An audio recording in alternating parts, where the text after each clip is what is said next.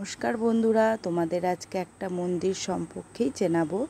সেটা হচ্ছে পূর্ব বর্ধমান জেলার পূর্বস্থলী ব্লকের অন্তর্গত জামালপুর গ্রামে এই মন্দিরটি অবস্থিত।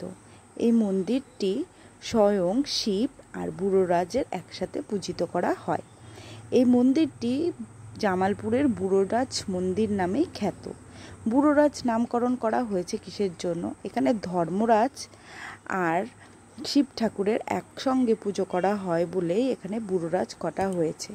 ধর্মরাজের রাজ আর বুড়ো শিবের বুড়ো, সেখান থেকেই বুড়োরাজ নামকরণ করা হয়েছে। মন্দির চত্বরে এসেছিলাম একটা অন্য টাইমে, সেটা হচ্ছে বুধবার নাগাদ ছিল। তো চারিদিকেই কীরকম ফাঁকা দেখো।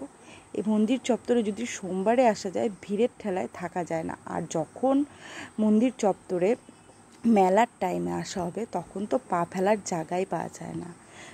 যাই হোক, ঠাকুরের মন্দিরটা তোমরা ভালো করে দেখে নাও। মন্দিরটা কিন্তু সম্পূর্ণ খড়ের চালের। প্রত্যেক বছর বছর খড়ের চাল পাল্টানো হয়।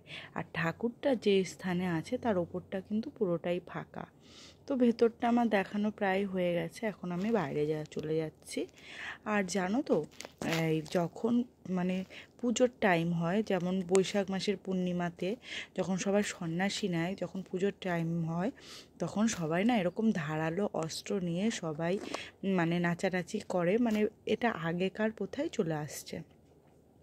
আর পাঠা বলির কথা তো তোমরা প্রায় সবাই শুনেছো। এখানে যে যা মানত করে, পাঠা দিয়ে মানত করে, এখানে পাঠা বলি দেওয়া হয়। তো ওরকম পাঠা বলিরও আছে, তোমরা দেখতে থাকো।